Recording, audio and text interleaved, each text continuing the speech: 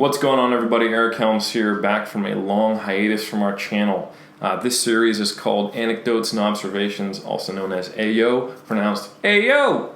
And as you know, I haven't been on the channel for a while. That is kind of a pattern I've had, is that I've made one series with a given focus per year. That's not been intentional. It's just that I feel like if I'm going to get on camera and talk about something, it needs to be of a very high quality, purposeful, unique, useful, and stand the test of time.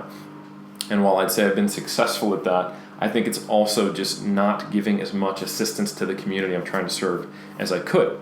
So I've been thinking about other ways to present information. So instead of doing the muscle and strength nutrition pyramid I did in 2013, or peeling back a layer like I did in 2014, or the muscle and strength training pyramid I did in 2015, or then say what? Science and application with Eric Helms I did in 2016, and then as opposed to doing nothing in 2017, this year the plan is to give you something that I can do more frequently, have it be a little more free-flowing. I don't want to take too many takes. I don't want to do too much research.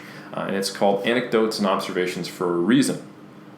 And that's because while science is incredibly useful and we have high-quality data that can inform practice, science, as I've talked about before, very much is kind of the broad brushstrokes that we use, or how we initially start a protocol when we don't have a lot of individual data for a person.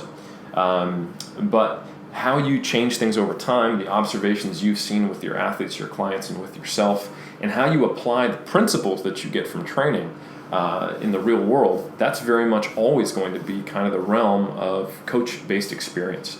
And evidence-based practice, what we promote is a combination of three things, not just science. It's the scientific data, the personal preferences and needs of your client, and then the coach's experience. And they're seen as equal portions. And that's not to say that anecdote is just as good as science. It's just that they serve different purposes. For example, there's no meta-analysis to tell you what you should do on Thursday in the gym. It can tell you, do 10 or more sets per week to start getting optimal hypertrophy. If your goal is strength, you probably want to have some level of undulation in your rep ranges you train with, and you want to be specific. But that's just not the level of detail or the level of specificity to the individual that we need as coaches. So there's value in anecdotes and observations because they can help you make decisions. Even if you were to listen to me and listen to the perspective I gave, or the theory of how to apply scientific knowledge, like what the series is, and you thought, I would apply that slightly differently in this situation, that's really useful. Because listening to other coaches and other practitioners and other athletes talk about how they apply principles can open your mind and give you more options. It can give you more tools to use in your tool belt, as Jeff Alberts would say. So the goal with this series is to open it up with a general topic, and me just to basically ramble at you about my thoughts, observations, and the way you might apply a certain principle or area of nutrition, exercise, or coaching science to the real world. So without further ado, we're going to kick off episode 1 of AO with progressive overload. Okay? So progressive overload, very simply put, this is the way our body adapts to everything, right? And if we want to continue adapting to something to be better able to handle that stressor, it needs to be progressive. So it's not that our bodies are intelligent and they know when something is a stressor and they're going to adapt to it. More so, it's just that we're built, if you will, as these survival machines, meaning that we have a certain level of homeostasis, kind of the way we are resting internally with our current levels of adaptations to everything we deal with in life. All things are potentially disruptive to homeostasis. For example, if you've lived in a bubble your whole life, just the regular allergens in the air that don't even bother 90% of the population, and the level of bacteria that's just in a regular home might kill that person immediately because they haven't adapted to it. Now, how that applies to exercise is that we need to impose an exercise stress that disrupts homeostasis enough for all the metabolic, hormonal, and structural milieu in our body to adapt so that we're better able to handle that stressor when we get it again, right? And that's just the way our species has evolved and survived, and the way that biology works. It works within individuals, and it works species-wide to make sure that I can live through the rest of my life if I keep encountering these same stresses, and that I can pass on my DNA so that the species can survive, right? It's just natural selection, survival of the fittest. So In an exercise setting, if we want to get stronger and get bigger, we need to impose stresses that result in our ability to handle them better. So that means a progressively larger load we have to lift to be able to lift progressively larger loads and get stronger. And we need to put enough stress on our muscles through progressive tension overload and potentially from other ways that modulate how much tension is put on our muscles and how much muscle is recruited, like metabolic stress, for example, to result in muscle growth and getting stronger. Now, knowing this principle, many well-intentioned and smart coaches, practitioners, scientists, and athletes have written programs with what's called a progression scheme, right? As an example, you might follow starting strength when you first start lifting, and you do squats on Monday, Wednesday, Friday, and each time you squat, you're supposed to add an incremental microload to the bar, and that is thought or explained to be inducing progressive overload. If you squatted 155 pounds for 5 on Monday, you're going to try 160 on Wednesday, you're going to try 165 on Friday. And so long as you can add 5 pounds to the bar, awesome. And when you can't do that anymore, you need to go 2.5, right? Now here's the thing. A progression scheme and progressive overload are not the same thing, even though they're often presented that way. The act of adding weight to the bar is not inducing progressive overload in and of itself. The total stress that you induce on your body, that is what creates progressive overload. Now let me use an example to explain what the hell I mean, okay? Let's say that to get a reasonable amount of measurable progress and from experience, or not even, you don't know this, but let's say this is just true. This is what is enough to disrupt homeostasis in you for you to get an adaptation. You need 10 sets per week on a specific movement at a relatively high RPE. And if you do that, you will see strength gains measurably over time, okay? Now, let's say you put yourself on a program that is 20 sets. Well, let's say 15 sets that are hard. That's probably not so much that it's going to push you into being so overreached that you can't see measurable progress.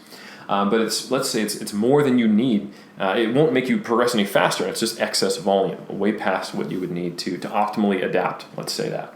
So it's kind of like if this is the bell curve of as you increase volume, you progress. It's basically you need this much to optimally progress, and right here, that's how much volume you're doing before it starts to go down and start to slow down and then overreach. Okay, so you're doing more volume than you need, but not so much volume that it would slow down your progress. You're doing these 15 sets. You only need 10 hard sets. And you're thinking that the actual act of taking those 15 sets and increasing load on the bar is creating progressive overload. Well, it's not. Even if you kept the load the same and you did 15 stressful sets for a couple weeks in a row and just kind of naturally let the RPEs go down as you got stronger, that's still progressive overload. You don't have to add weight to the bar because you're doing enough total work to induce progressive overload, right? So it's not the act of adding weight to the bar. On the flip side, you could be doing 6 sets or 5 sets, less than you would need to progress measurably. And you could try to add weight to the bar, but you wouldn't be able to because there wasn't enough total stress.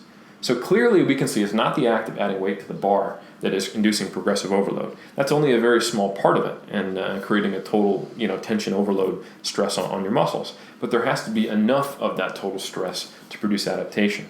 And where that lies is going to change depending on your individual genetics, your training history, your training age, etc., right? And the goal of your training. So I think it's important to get this distinction that progressive overload causes adaptation, but progressive overload does not occur from simply attempting to follow a progression scheme. So what that means is that you can calm down a little bit if you don't match the targets that you set for yourself on a week-to-week or mesocycle-to-mesocycle basis. And you need to take a step back and kind of look at the big picture. And this is why it's very problematic when people go on and off diets frequently, or change programs frequently, or change exercises very frequently, or if they manipulate their variables too early based on kind of this fear response of not seeing that immediate progress. Because then you actually can't tell what is doing what. So this is especially important for bodybuilders, where the actual weight on the bar is only an indication that your muscles have gotten larger, not necessarily that is causing growth, right? Hypertrophy can aid strength. Getting stronger doesn't cause growth, right? It's kind of got a little bit backwards. So it's not like you're not growing if you can't add weight to the bar. It may be that you're just not giving yourself enough time, or that you're not eating enough, or that you're not sleeping well enough, or that you're changing your exercises too frequently to actually see those neurological gains coincide with those strength gains to hit a PR, right? Now, on the other hand, if you are a power lifter, you do need to pay attention to the weight on the bar, and then the progression scheme becomes a little more important at a certain stage. But overall, we have to think that adaptation occurs when adequate stress prompts an adaptation. And adequate stress comes from the combination of volume and intensity. So the value in a progression scheme is not just the attempt to move more weight, but more in how it provides a balance between stress and recovery. So when someone writes a program, they're going to say, okay, we're going to go higher volume here, lower volume here, lowest volume here, and the load's going to go up. They're trying to balance the stress and the recovery that you will need at the right time to try to get an adaptation. And it may or may not work because there's a lot more going on that's going to stress you and cause recovery demand than what's just going on in the gym. So sometimes it just takes more time, sometimes it just takes more experience, but that's not to say that progression schemes aren't useful. For advanced lifters, a progression scheme can certainly help. If it's set up appropriately and you add small amounts incrementally, it's often a very useful thing because it's difficult to tell the difference between, on a given day, can I squat 495 or 500 pounds, right? For an advanced lifter, let's say an advanced power lifter, you may only be adding 5 to 15 pounds in a year. So you might have to write a program where you have an 8-week block of volume and then a 6-week block of intensity, a taper, and then a test for you to see a 5 to 10 pound increase on a lift. So you may indeed have to kind of pay attention to that, but you have to give yourself enough time. So it all depends on the context. So for advanced lifters, yes, the progression scheme is important and you need to set it up over an appropriate amount of time to actually see that progress. Additionally, a progression scheme can also be helpful when you or your lifter may be someone who is overly conservative in their load selection. So like if left to their own devices, they would either not increase the load because it still feels hard or hard-ish, or they had kind of a mental block against higher loads because they thought, oh man, last week or last month or this whole block, 400 pounds felt really heavy. I just don't think I can do more. Or maybe the rate at the rate that they would increase the load is a lot slower than what the progress they could be making. A good way to know if you're this type of person is if you're often surprised when you max test with how much more you got. This wouldn't describe you if you're the person who always misses in max testing because you're a little too overzealous and tries to take too much. But again, talking about if the goal is strength, if you're someone who is always pleasantly surprised in max testing and you're getting these 10, 20 kg or 20, 30 pound PRs on meet day or in max testing, you might be someone who's just kind of holding yourself back with the rate of strength progress you're making.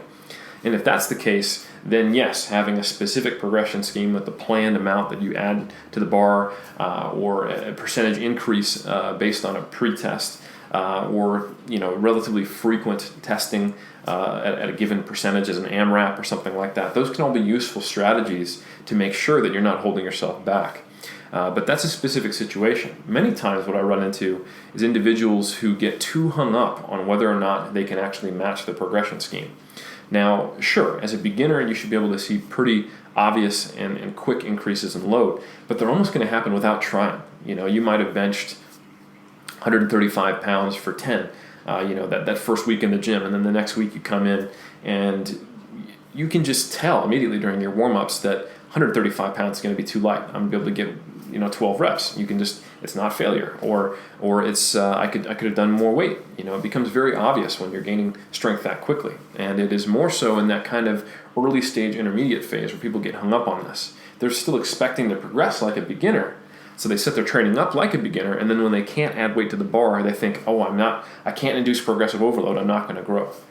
Maybe you are. Maybe you've got enough total stress in your program where you are inducing progressive overload. You're just expecting it too early.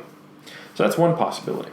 But the take-home message here is, especially if you're in that early intermediate stage or mid-intermediate stage, don't stress it so much. If you're crushing yourself in the gym with a high-stress program and you're thinking this has to be enough for me to grow, but you can't see increases in load every time you're hoping to, it's likely that progressive overload is happening because it doesn't come from the act of adding weight to the bar. It comes from the act of giving yourself enough stress and being able to adapt to it or recover from it. So it's possible that you just aren't recovering enough. You've definitely probably, if you feel like you're crushing yourself and you're a powerlifter or a bodybuilder, we're not really, short in the hard work department typically. You probably are. It probably is enough. So the issue then is either it's a time frame. I'm not giving myself enough time to see the adaptation, or perhaps I'm not setting up my training in a way that I can recover from it, or things outside of the gym are negatively affecting my recovery. Perhaps I'm highly stressed, not getting enough sleep. I'm dieting, or I'm not eating enough. All of those things could be playing a role. So I think the big take-home message here is remember that progressive overload happens from the overall stress you impose on your body relative to what you are currently adapted to, not from the act of just adding weight to the bar. And it can happen while you keep the load the same if you're doing enough volume. And it can also not happen while you're trying to add weight to the bar if there's not enough total work that you're doing. So again, there's a time and place for progression schemes, and they can be useful ways to check in and to encourage certain lifters. But overall, you want to take a step back, especially if you're not a beginner, and look at that trend. And then make sure that the other things outside of the gym are there. And then make sure you hold your variables constant. If you're constantly changing your nutrition, constantly changing your training, or if you get really inconsistent times you go to bed or sleep or all these things, that could be just throwing a wrench in your ability to actually gauge progress. All right, so that's all I got for you today. I hope that gave you some insight onto how much attention and weight you should give, no pun intended, to your progression scheme success or lack thereof, and understand how progressive overload works. I'll be checking out the comments, and I'll see you next month.